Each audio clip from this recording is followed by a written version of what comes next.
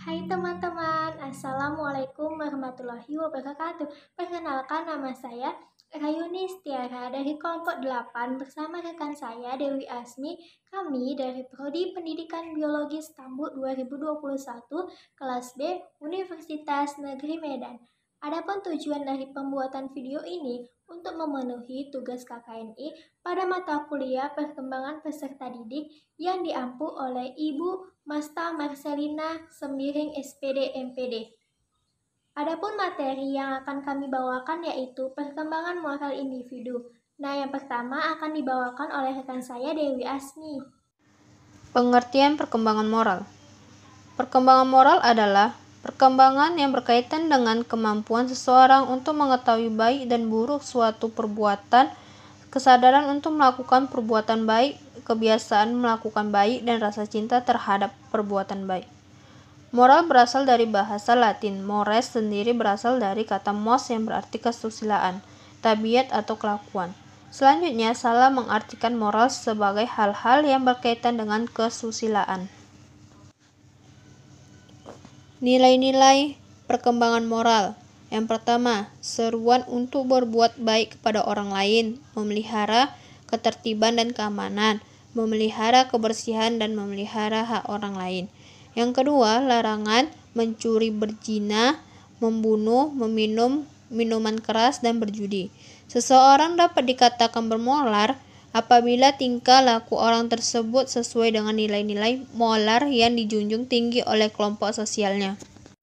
Nah, selanjutnya kita akan membahas tentang perkembangan moral menurut para ahli. Ada 4 menurut para ahli. Yang pertama menurut Rogers, yang kedua menurut Pigeon, yang ketiga menurut Colbert, yang keempat menurut Thomas. Nah, saya akan menjelaskan tentang menurut para ahli perkembangan moral individu. Yang pertama, menurut Rogers, moral merupakan kaidah norma dan pranata yang mengatur perilaku individu dalam hubungannya dengan kelompok sosial dan masyarakat. Moral merupakan standar baik buruk yang ditentukan bagi individu oleh nilai-nilai sosial budaya di mana individu sebagai anggota sosial. Moralitas merupakan sosial secara harmonis, adil, dan seimbang. Perilaku moral diperlakukan demi terwujudnya kehidupan yang damai, penuh keteraturan, ketertiban, dan keharmonisan. Yang kedua, menurut Pigeon, perkembangan moral terjadi dalam 2 tahapan yang jelas. Tahap pertama disebut Pigeon, tahap realisme moral. Dan tahap kedua disebut tahap molaritas otonomi atau molaritas oleh kerjasama atau hubungan timbal balik. Dalam tahapan pertama, perilaku anak ditentukan oleh ketaatan otomatis terhadap peraturan tanpa penalaran atau penilaian. Dalam tahapan kedua, perkembangan moral ini bertepatan dengan tahapan operasi formal dari Pigeon dalam perkembangan kognitif, tatkala anak mampu mempertimbangkan semua cara, hipotesis, dan dalil. 3. Menurut Colbert, molaritas pasca konvensional harus dicapai selama masa remaja. Tahap ini merupakan tahap menerima sendiri sejumlah prinsip dan terdiri dari 2 tahap. Tahap yang pertama, individu yakin bahwa harus ada kelenturan dalam keyakinan moral sehingga kemungkinan adanya perbaikan dan perubahan standar moral apabila hal ini mengumpulkan anggota-anggota kelompok secara keseluruhan. Tahap kedua, individu menyesuaikan diri dengan standar sosial dan ideal yang diinternalisasi lebih untuk menghindari hukuman terhadap diri sendiri daripada sensor sosial. Dalam tahap ini, moralitas didasarkan pada rasa hormat pada orang lain dan bukan pada keinginan yang bersifat pribadi. Yang keempat, menurut Thomas, perkembangan pemikiran moral remaja dicirikan dengan mulai tumbuh kesadaran akan kewajiban mempertahankan kekuasaan dan pranata yang ada karena dianggapnya sebagai suatu yang bernilai walau belum mampu bertanggung jawab secara pribadi. perkembangan pemikiran moral remaja yang demikian ini jika meminjam teori perkembangan moral dari Kolberg berarti sudah mencapai tahap konvensional. Pada akhir masa remaja akan memasuki tahap perkembangan pemikiran moral berikutnya yang disebut dengan tahap pasca konvensional atau di mana orisinalisitas pemikiran moral remaja sudah semakin tampak jelas. Karakteristik perkembangan moral. Adapun karakteristik perkembangan moral terbagi menjadi 7. Yang pertama, mulai mampu berpikir abstrak. Yang kedua, mulai mampu memecahkan masalah yang bersifat hipotesis.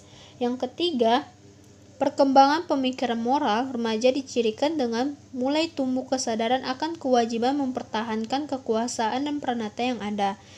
Yang keempat, keyakinan moral lebih berpusat pada apa yang benar dan kurang pada apa yang salah. Yang kelima, keadilan muncul sebagai kekuatan moral yang dominan. Yang keenam, penilaian moral menjadi kurang egosentris. Yang ketujuh, penilaian secara psikologi menjadi lebih mahal. Nah, selanjutnya kita akan membahas tentang faktor-faktor yang mempengaruhi perkembangan moral. Yang pertama, ada hubungan harmonis dalam keluarga, yang merupakan tempat penerapan pertama sebagai individu. Begitu pula dengan pendidikan agama yang diajarkan di lingkungan keluarga sangat berperan dalam perkembangan moral remaja. Yang kedua, ada masyarakat. Tingkah laku manusia bisa terkendali oleh kontrol dari yang mempunyai sanksi-sanksi buat pelanggarnya. Yang ketiga, ada lingkungan sosial. Lingkungan sosial terutama lingkungan sosial terdekat yang bisa sebagai pendidik dan pembina untuk memberi pengaruh dan membentuk tingkah laku yang sesuai. Yang keempat, ada perkembangan nalar. Makin tinggi penalaran seseorang, maka makin tinggi pula moral seseorang. Nah, yang kelima ada penerapan media massa dan perkembangan teknologi modern. Hal ini berpengaruh pada moral remaja karena seorang remaja sangat cepat untuk terpengaruh terhadap hal-hal yang baru yang belum diketahui. Nah, selanjutnya ada hubungan antara nilai, moral, sikap, dan tingkah laku. Nilai merupakan sesuatu yang baik, diinginkan, atau dicita-citakan, dan dianggap penting oleh warga masyarakat. Misalnya, kebiasaan dan sopan santun.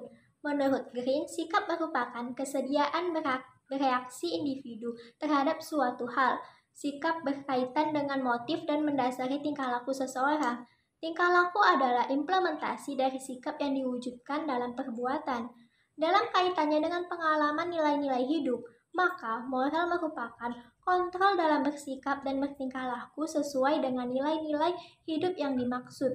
Dalam hal ini, aliran psikoanalisis tidak membedakan antara moral, norma, dan nilai.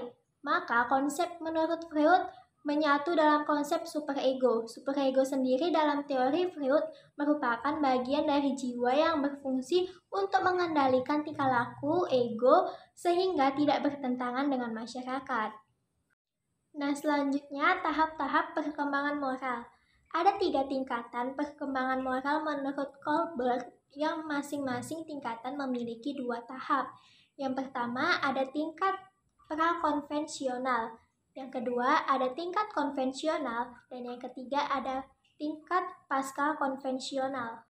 Nah, di sini kita akan membahas tingkatan yang pertama yaitu tingkatan prakonvensional. Pada tingkatan ini, anak mengenal baik, buruk, benar, salah suatu perbuatan dari sudut konsekuensi atau dampak akibat menyenangkan atau ganjaran atau menyakiti atau hukuman secara fisik atau enak atau tidaknya akibat perbuatan yang diterima. Pada tingkat prakonvensional memiliki 2 tahap. Yang pertama ada orientasi hukuman dan kepatuhan. Anak menganggap baik atau buruk atas dasar akibat yang ditimbulkan. Anak hanya mengetahui bahwa aturan-aturan yang ditentukan oleh adanya kekuasaan yang tidak bisa diganggu-gugat. Anak harus menurut atau kalau tidak akan memperoleh hukuman. Nah, yang kedua ada orientasi relativis instrumen. Pada tahap ini, anak tidak lagi secara mutlak tergantung kepada aturan yang ada di luar dirinya atau ditentukan oleh orang lain, tetapi mereka sadar bahwa setiap kejadian mempunyai berbagai segi. Contohnya, mencuri kambing karena kelaparan. Karena perbuatan mencuri untuk memenuhi kebutuhannya, maka mencuri dianggap sebagai perbuatan yang bermoral meskipun perbuatan mencuri itu diketahui sebagai perbuatan yang salah karena ada akibatnya yaitu hukuman. Nah, tingkatan yang kedua yaitu tingkatan konvensional. Pada tingkat ini, anak memandang perbuatan itu baik atau benar atau berharga bagi dirinya apabila dapat memenuhi harapan atau persetujuan keluarga, kelompok, atau bangsa. Di sini berkembangnya sikap loyalitas atau penyesuaian diri terhadap keinginan kelompok atau aturan sosial masyarakat. Pada tingkatan konvensional ini terdiri atas dua tahap. Yang pertama ada tahap orientasi kesepakatan antar pribadi atau orientasi anak yang baik. Pada tahap ini, anak mulai memasuki umur belasan tahun, di mana anak memperlihatkan orientasi perbuatan-perbuatan yang dapat dinilai baik oleh orang lain.